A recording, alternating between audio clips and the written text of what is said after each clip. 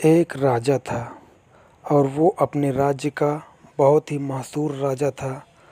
उसके राज्य की सारी प्रजा उससे बहुत खुश रहा करती थी और दूर दूर तक उसका काफ़ी नाम था।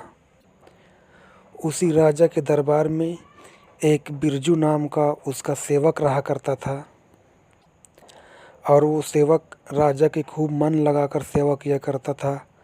परंतु उस सेवक की एक आदत थी, कुछ बोलने की आदत। और वो ये आदत थी कि अगर राज्य में कुछ भी हो जाए तो यही बोलता था कि जो हुआ अच्छा हुआ। वो यही बात हमेशा बोला करता था कि चलो जो हुआ अच्छा हुआ।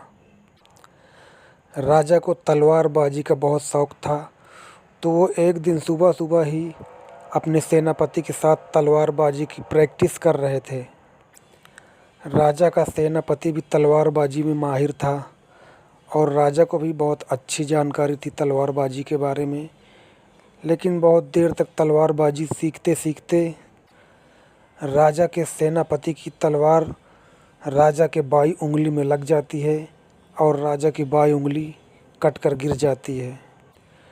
तभी राजा अपनी उंगली पकड़कर वहीं पर बैठ जाते हैं और दौड़कर सारे लोग वहां आ जाते हैं। तभी वो सेवक भी भागकर राजा के पास आता है और बैठ जाता है। राजा की उंगली को देखकर बोलता है, अब क्या कहे। वो सेवक भी अपनी आदत से मजबूर था और उसने वही बात कह दी कि चलो जो हुआ अच्छा हुआ। सेवक की यह बात सुनकर राजा को बहुत ही अधिक क्रोध आया और उसने कहा, देखो मेरी उंगली कट गई और ये नमक हराम बोल रहा है कि जो हुआ अच्छा हुआ।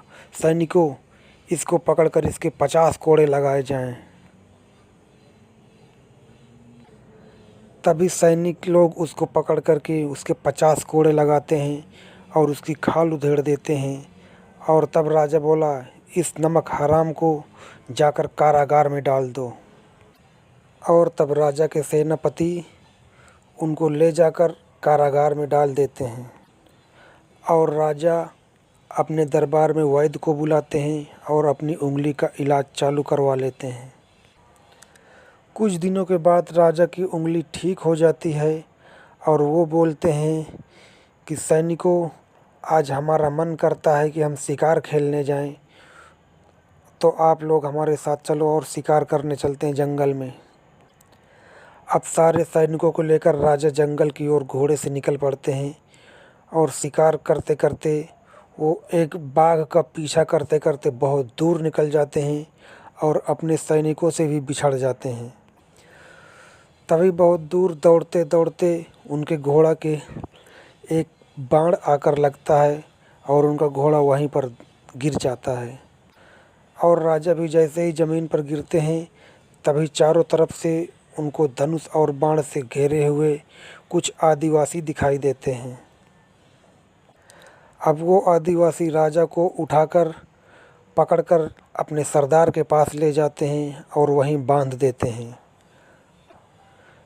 तभी राजा उस आदिवासी के सरदार ने कहा कि कल हम इस आदमी की बलि अपने कुल देवता को चढ़ाएंगे, जिससे हमारे कुल देवता बहुत ही प्रसन्न होंगे।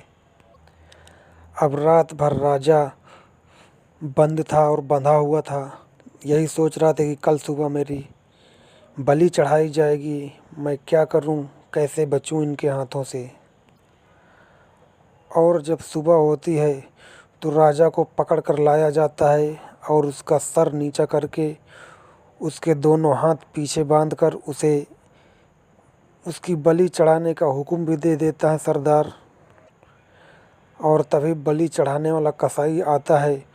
वो राजा के हाथ की कटी हुई उंगली को देखता है और सरदार से बोलता है कि सरदार जी, ये मनुष्य बलि के काबिल नहीं है। अगर हमने इसकी बलि दी तो हमें घोर पाप होगा और हमारे कुल देवता हमसे नाराज़ हो जाएंगे।